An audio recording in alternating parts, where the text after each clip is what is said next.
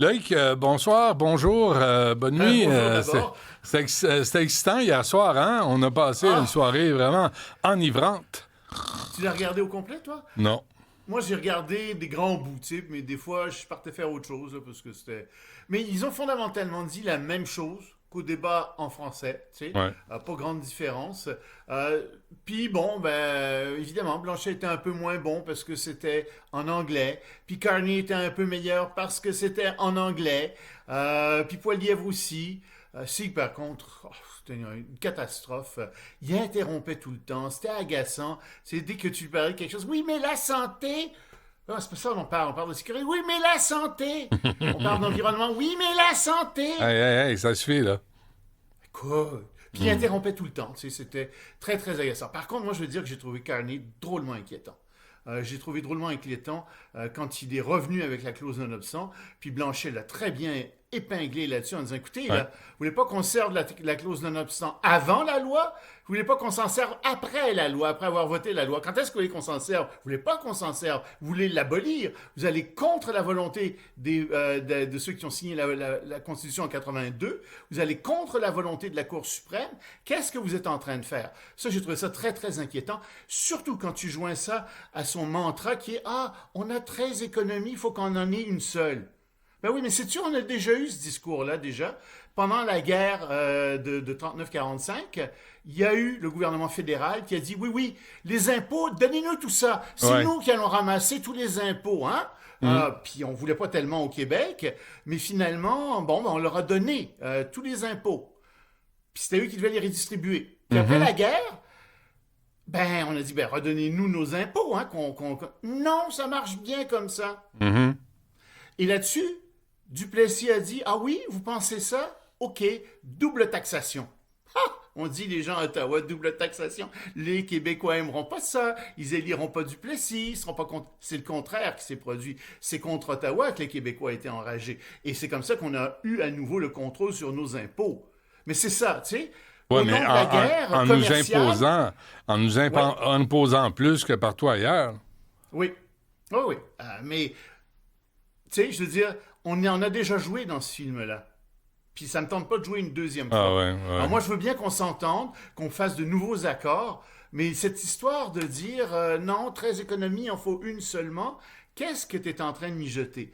Qu'est-ce que tu es en train de mijoter en plus quand tu parles? Tu sais, puis il n'a pas été capable de dire clairement qu'il ferait rien sans la coopération des provinces. Oui, il va demander la coopération des provinces, mais qu'est-ce qui va se passer si les provinces ne coopèrent pas? Alors moi, j'ai l'impression que Carney est en train de nous montrer quelqu'un, on est en train de se révéler quelqu'un qui est hyper centralisateur. C'est pas Et je grave, n'aime c'est pas parfait. ça. Ah non, tout le monde l'aime.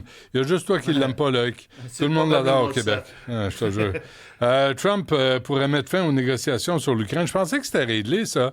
Il a dit, lui, quelques jours, 24 heures. 24 Puis- heures. Bon, ça fait un peu plus que 24 heures. Tu sais, mais non, mais c'est peut-être des 24 heures bibliques, Benoît. Tu sais, comme dans la Bible, quand on dit les 7 jours, c'est pas nécessairement des journées de 24 heures. Ouais, c'est pas toujours Tu sais, pareil. C'est Je ça, comprends. les heures ont peut-être pas vraiment 60 minutes avec Ouais. Donald. C'est peut-être 60 jours par heure, je sais pas. Je comprends. Rubio, en tout cas, a dit non, c'est parce que là, ça marche plus. Dans quelques jours, on a d'autres choses à faire dans la vie, a-t-il dit. Puis si ça marche pas, ça marche pas. On va passer à autre chose, on a d'autres choses à faire. Oui, minute, là, tu vas passer à autre chose. Qu'est-ce que tu veux dire?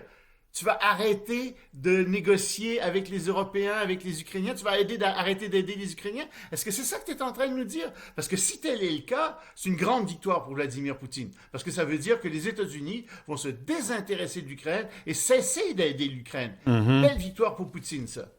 C'est ça qui est en train d'arriver. Alors, on se demande si c'est ça qui est en train d'arriver. Malheureusement, ça ressemble à ça. Et ça annonce aussi que Trump veut aller vers d'autres dossiers, d'autres guerres, etc. Donc, une très mauvaise nouvelle, en fait, ce matin. Bon, et toujours notre ami à tous, Donald Trump, qui autorise la pêche commerciale où exactement? Mais dans une zone au plein milieu du Pacifique, c'est une immense zone, un parc maritime protégé, des atolls qui appartiennent aux États-Unis. Puis il n'y a personne, il n'y a pas grand monde par là. Et on trouve, paraît-il, les plus beaux coraux parmi les plus beaux coraux au monde. C'est un espace de 1,2 million de kilomètres carrés. Ça avait été créé par Bush fils, agrandi ensuite en 2014 par Obama. Eh non, Trump dit non, ça ne marche pas ça. C'est injuste pour les pêcheurs commerciaux.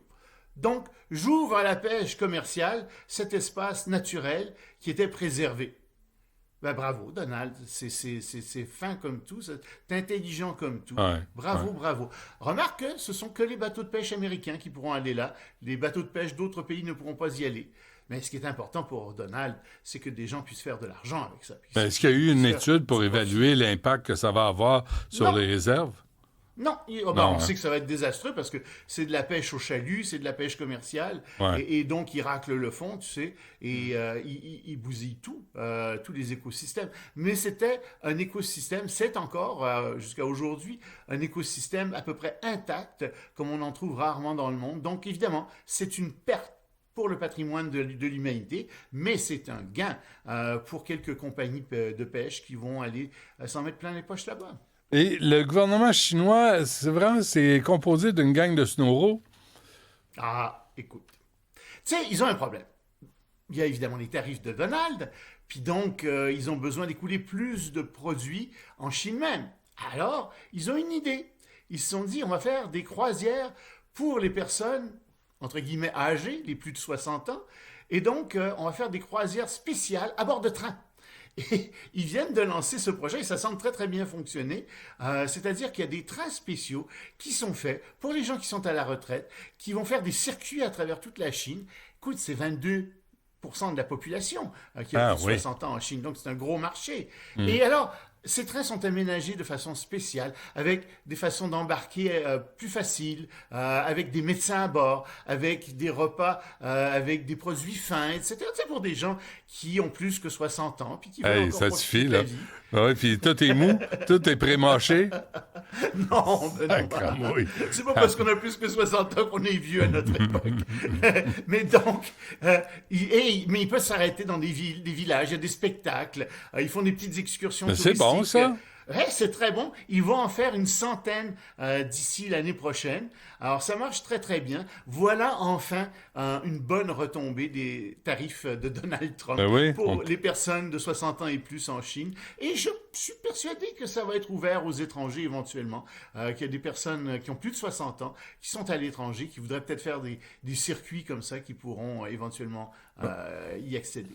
On pourrait s'en inspirer. De toute façon, dans la population de 60 ans et plus, les gens, tout le monde aime Mark Carney. Fait que, tu sais, il pourrait avoir un rabais si t'es membre du Parti libéral. Je sais pas. C'est encore une excellente idée, Benoît. Ah, merci quand même, On je peut travaille faire fort. ça. T'as que des bonnes idées. Là. Malheureusement, nos circuits tout le temps. touristiques risquent d'être pas mal est-ouest, ouest-est. Ouais, hein. Mais oui, ça, c'est le problème. Ouais. Mais bon, puis le train n'est pas trop développé en Amérique du Nord non plus, comme tu sais. Non Mais plus. peut-être qu'en Europe, ils s'en inspireront. Parfait. On se laisse là-dessus. Bonne fin. Es-tu là lundi, toi? Oui, je suis là lundi. Ah, ça me fait plaisir. Bon, ben parfait, à lundi. Joyeuse Pâques, entre-temps.